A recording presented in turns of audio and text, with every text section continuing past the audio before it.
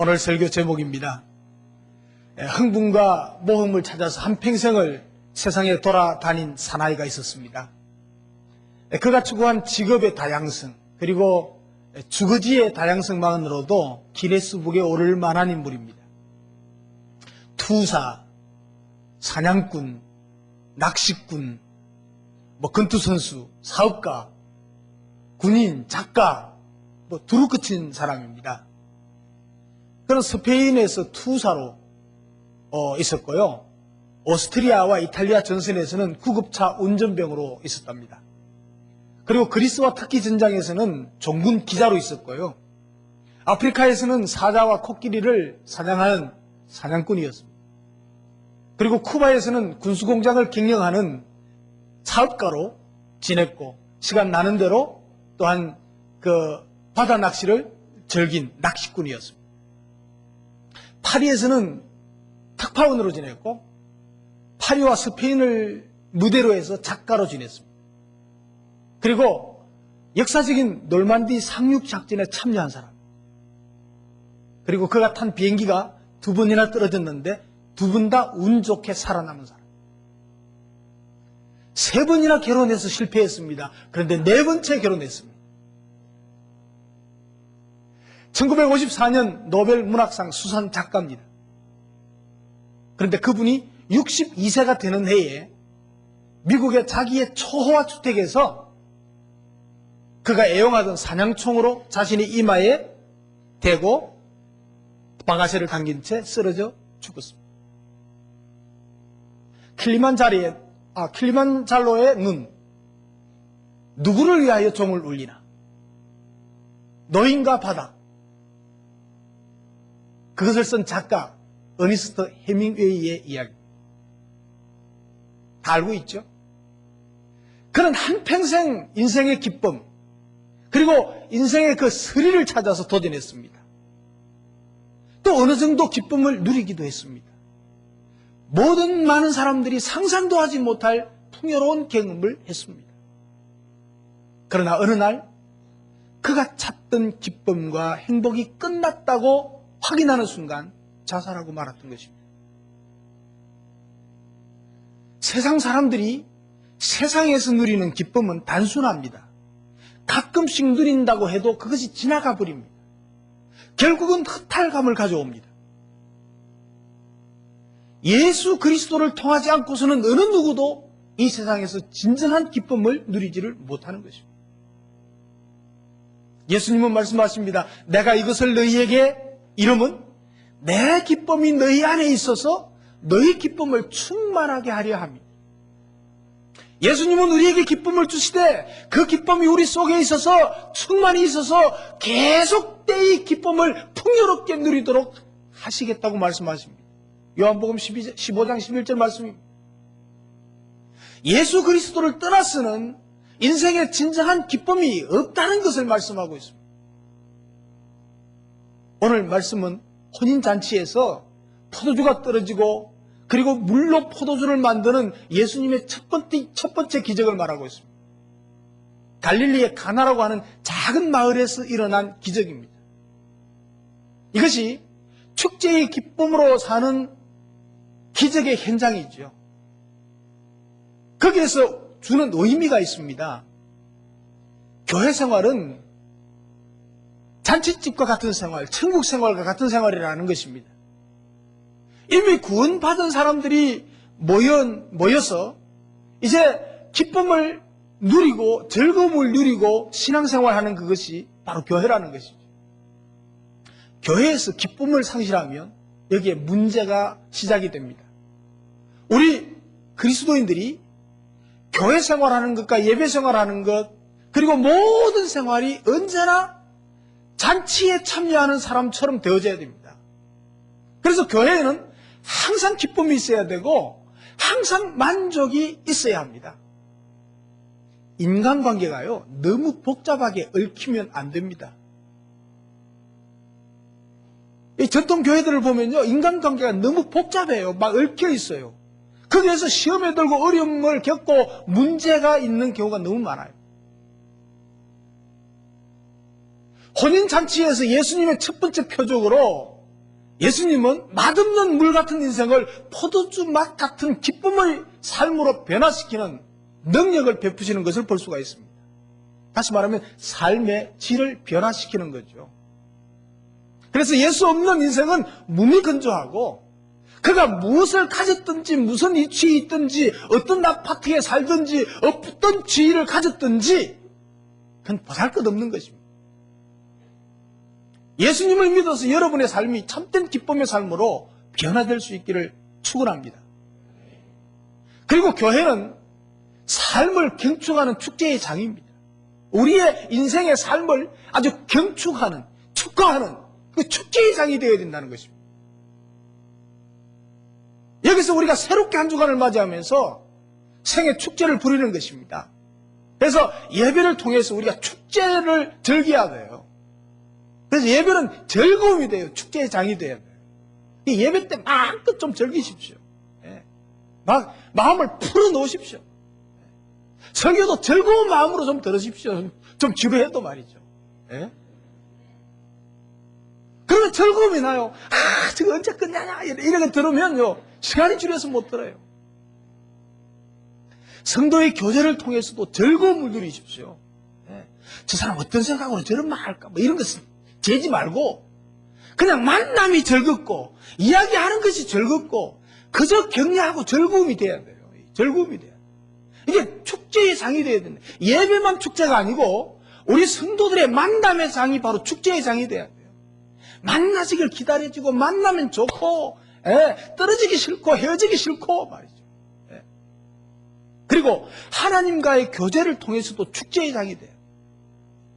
예배를 마치고 이제 개인 생활을 통해서 하나님과 교제를 통해서 길 가면서도 주님 그리고 주님께서 나에게 베푸시는 은혜 주님께서 나에게 또한 채워주실 은혜 내가 주님께 원하시는 은혜 이런 것을 누려야 돼요. 교제해야 돼요. 24시간 시도 때도 없이 그리고 기도를 통해서도 우리가 그 기도가 새벽 기도 시간만 기도 시간이 아닙니다.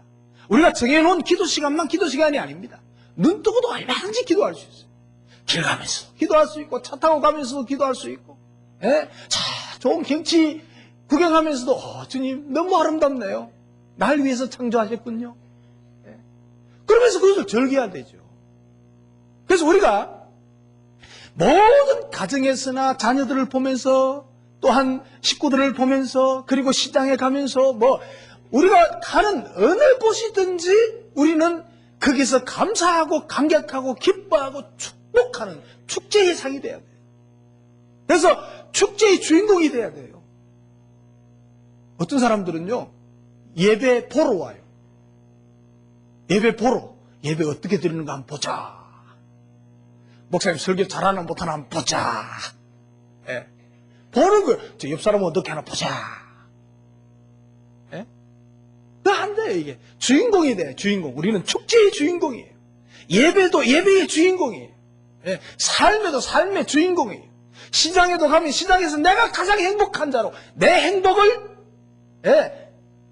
나에게 물건을 파는 사람에게도 전해줄 수 있는 이런 주인공이 돼야 돼요. 그래서 우리가 예배 생활, 교회 생활을 통해서 세상에서 낭만하던 자가 교회를 통해서 아주 용기를 얻고 예수 믿는 나를 통해서 아주 용기를 얻고 자기 자신에게 절망했던 사람들이 교회를 통해서 예수 믿는 사람들을 통해서 새로운 꿈을 갖게 되는 것이 바로 교회입니다. 이런 면에서 오늘 사건은 교회가 어떤 곳인가 하는 것을 잘 보여주는 사건입니다. 11절에 이 기적을 갖다가 표적이라고 말하고 있어요. 성경에 가만히 기적을 보면요. 표적이라고 이야기한 데가 있고 기적이라고 이야기한 곳이 있습니다. 근데 기적이라고 이야기한 것은 기적이 일어난 그 형태를 주목합니다. 기적이 일어난 그 사건, 그 자체를 주목하게 돼요. 그런데 표적이라 그러면 표적은 보이지 않는 상징을 주목하는 것입니다. 기적은 나타난 기적 그 사실을 중요시하고 표적은 곧 일어난 기적에 대한 그 상징성이 있습니다. 그 상징에 주목을 하는 것입니다. 그래서 이 오늘 가나 혼인 잔치에 처음 예수님께서 기적을 행한 이 표적은 축제의 기쁨으로 살아라, 이런 상징이 있습니다. 예수 믿는 사람은 이 축제의 기쁨, 잔치집의 기쁨으로 살아야 된다 하는 것을 상징하고 있다는 말이에요. 그래서 우리가 예수 믿으면 축제의 주인공으로서 축제의 기쁨을 누리고 사는 사람이 되어야 되는데, 이런 사람이 되려면 어떻게 해야 되는가? 예수님을 모셔야 가능하다는 것입니다. 옆 사람 보고 예수님 모시고 삽시다. 예수님 모시고 살아야 돼요. 가나 혼인잔치에는 예수님과 제자들도 청함을 받았어요. 혼인잔치 예수님을 초청했단 말이죠. 그러니까 예수님이 거기 가 계셨어요. 예수님이 함께 있으니까 놀라운 일이 생깁니다. 우리 교회는 한 달에 한 번씩 매주 첫 주일 밤에 예수 영접 모임을 합니다. 여러분 교회 다니고 예배 드리고 신앙생활 하는 것 같은데, 예수님을 영접하고 예수님을 모시고 예수님과 함께 살지 않으면 축제의 기쁨을 누릴 수가 없어요. 예수님을 내가 개인적으로 모시고 예수님과 함께 살아갈 때 우리는 축제의 기쁨을 누리는 삶을 살 수가 있습니다. 아직도 예수님을 영접하지 않으셨거나 예수 영접이 뭔지 모르는 분이 있으면 오늘 저녁에 꼭 미리 사무실에 이야기하시고 등록하시고 오셔야 돼요. 이 혼인 잔치집에 잔치가 무르익는 무렵에 포도주가 떨어지고 말았습니다. 잔치를 망치게 되어져 버린 것입니다. 여러분, 우리 인생에요, 떨어지는 일이 많이 생길 수가 있습니다. 건강도 좋은 사람이 갑자기 딱 떨어질 수가 있어요. 사랑도 막 열심히 하던데 뚝 떨어질 수가 있어요. 부부간에도 몇 년 살고 나면 권태기가 온대요. 사업도 잘 될 수도 있지만 또 안 될 수도 있어, 망할 수도 있고 어려움 당할 수도 있어요. 우리가 직위도 말이죠, 쥐도 떨어질 수가 있어요. 혈압도 떨어지고, 생각지도 않던 낭떠러지로 떨어질 수 있다는 얘기죠. 이때는 방법이 없어요. 방법이 없어요. 잔치집에 포도주가 떨어지니 낭패당하지 않았습니까? 당황했습니다. 사올 수도 없고 빌려올 수도 없고 큰 망신을 당할 수밖에 없어. 손님은 청해놓고 손님은 많이 왔는데, 그런데 마침 다행스럽게 그곳에 예수님이 함께 계셨다는 것입니다. 예수님이 계셨기 때문에 문제가 되지 않았습니다. 예수님은 없는 것을 있게 하시는 분이고, 안 되는 것을 잘 되게 하시는 분이고, 값 없는 것을 값 있는 것으로 바꾸어 주시는 분이십니다. 여러분, 물은 흔하고 값싼 거 아닙니까? 근데 값비싼 더 질 좋은 포도주로 변화시켜 주셨습니다. 기쁨을 잃은 많은 사람들에게 생명의 포도주를 공급했습니다. 여러분, 우리 인생에 어떤 일이 생길지 모르고 어려움이 있을 줄 모르고 지금 어려움을 당하는 분도 있습니다. 그분들요, 예수님이 계신다면 개인의 문제나 가정의 문제나 사업의 문제나 직장의 문제나 인생의 문제가 해결될 줄로 믿습니다. 예수 그리스도를 모심으로 축제의 기쁨으로 사는 저와 여러분 되시기를 주님의 이름으로 축복합니다. 그리고 우리가 축제의 기쁨을 누리고 살려면 꼭 기억해야 될 것이 있습니다. 협력과 순종으로 가능합니다. 옆 사람 보고 협력하고 순종하면서 삽시다. 협력하고 순종하면서 살면 축제의 기쁨을 누리고 기적이 와요. 가나 혼인잔치의 기적은 주님이 혼자 이루시지 않았습니다. 기적은 믿음과 협력과 순종이 있었을 때 가능했습니다. 일어났습니다. 그 기적에 참여한 사람이 여럿이 있습니다. 혜택을 본 사람은 더 많지만 직접 참여한 사람이 아주 여러 명 있습니다. 자, 여러분 보십시오. 잔치집에 그 딱한 사정을 보고 구경만 할 수 없었던 여인 마리아가 있었습니다. 그로 인해서 축제는 계속되게 됩니다. 그리고 아직 자기 때가 되지 않았던 것을 알았지만은 어머니의 부탁을 거절할 수 없었던 순종하는 아들 예수 그리스도가 있었습니다. 그로 인해서 축제는 더 풍성풍성하게 되었던 것입니다. 또 보세요. 무슨 영문인지도 모르면서 그저 시키는 대로 물을 퍼다가 항아리에 담고 그 맹물을 또 잔치상에 갖다 내어주는 겸손한 하인들이 있었습니다. 저들 모두로 인해서 잔치의 기분이 깨트려지지 않았습니다. 여러분, 거기에는 믿음이 있었습니다. 거기에는 협력이 있었습니다. 거기에는 순종이 있었습니다. 이 모두가 주님의 기적을 이루는데 없어서는 안 될 중요한 요건들이 되었다는 것입니다. 그들이 그렇게 열었으면서도 한 몸처럼 일사불란하게 움직이는 동안 어느새 물은 포도주로 변해 있었고, 그로 인해서 혼인잔치는 계속될 수 있었고 즐거움을 누리는 잔치가, 풍성한 잔치가 계속되었던 것입니다. 주님이 물로 포도주를 만들어서 축제가 되게 한 것은 주님께 요청하고 기대하는 믿음과 시키는 대로 움직여주는 하인들의 순종이 있었다는 것입니다. 만약 이것이 없었다면 기적은 일어날 수가 없습니다. 사랑하는 성도 여러분, 내일부터 집회가 시작됩니다. 우리 모두가 함께 협력하고 참여하고 순종할 때 은혜가 더욱 충만한 성공된 집회가 될 줄로 믿습니다. 차량을 가지신 분은 집에 놓고 오시든지 다른 데 세워놓고 오시든지 다른 교회에서 오는 분들을 위해서, 그것도 협력이에요. 우리가 먼저 앞자리도 좀 채워주고 먼저 분위기도 좀 밝고 따뜻하고 행복하고 기쁘고 한 분위기를 좀 만들어주고 필요합니다. 다른 교회 교인들과의 차이를 좀 볼 수가 있을 거예요. 여러분, 우리 교회 가정교회 시스템도 마찬가지입니다. 각 목장별로 목자 목녀를 중심으로 해서 목원들이 협력하고 순종해서 함께함으로 행복하고 기쁨이 충만한 목장이 되어지지 않습니까?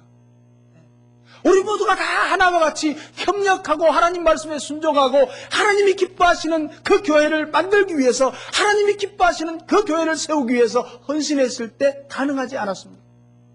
그래서 행복한 만남, 나눔의 기쁨이 있는 교회로 세워졌지 않습니까? 또 이것을 위해서 달려가고 있지 않습니까? 오늘 이 잔치집의 기적을 통해서 교회는 어떠해야 하는가 하는 것을 생각해 볼 수가 있습니다. 하나는, 교회는 이 가나 혼인 잔치집처럼 많은 사람들이 찾아오는 교회가 돼야 돼요. 많은 사람이 찾아오는 교회가 돼요. 그럼 왜 포도주가 모자랐을까요?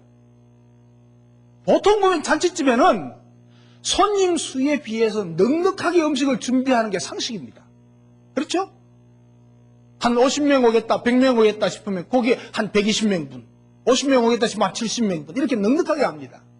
그런데 포도주가 모자랐다는 것은 생각 밖에 초청한 사람뿐만 아니고 초청하지 않은 사람들도 왔다는 거예요.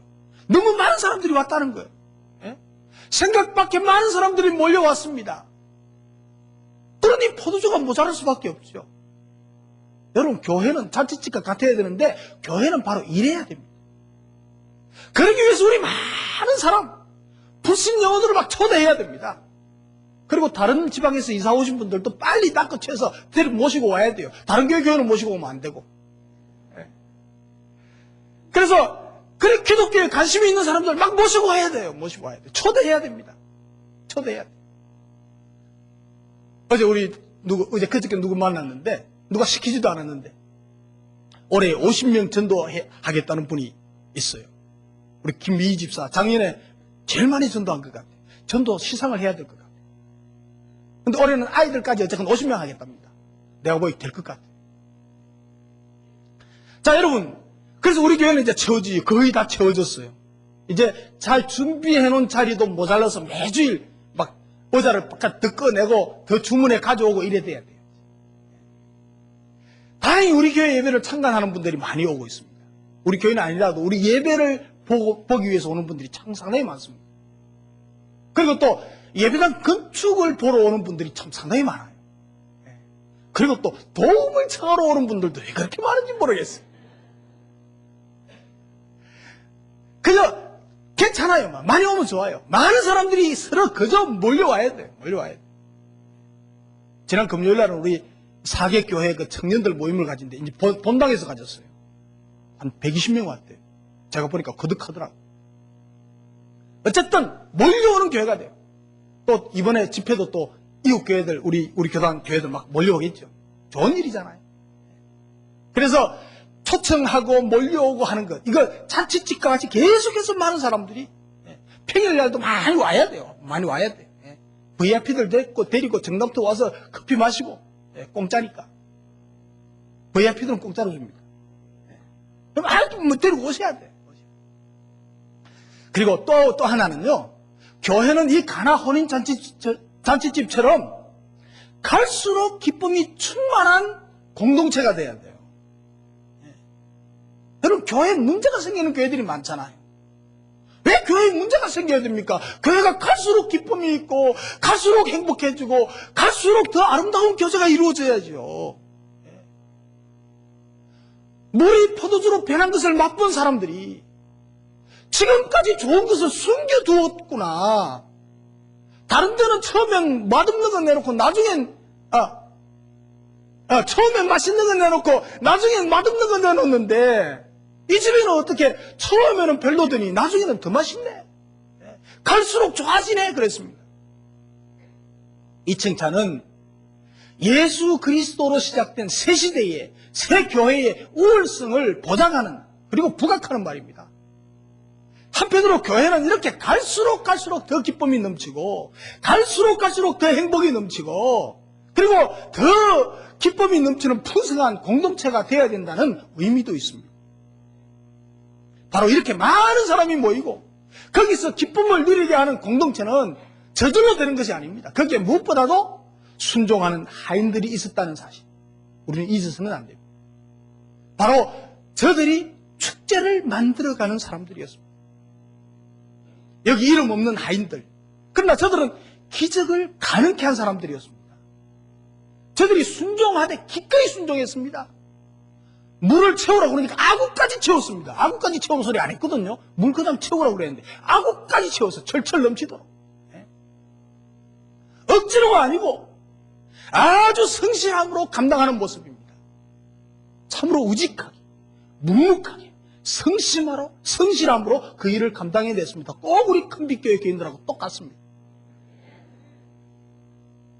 하나님은요, 누군가의 순종을 통해서 역사를 이루어 가신다는 사실을 믿으시기 바랍니다. 순종은요, 이해되고 납득이 되어서 하는 것은 순종이 아닙니다. 그건 누구나 할 수 있는 겁니다. 이해되지 않고 납득되지 않는데도 하는 것이 순종입니다. 아니, 포도주가 모자라는데 돌 항아리에 물을 채우라니까 이게 말이 됩니까? 이게 말이 됩니까? 포도주 없다는데 물은 왜요?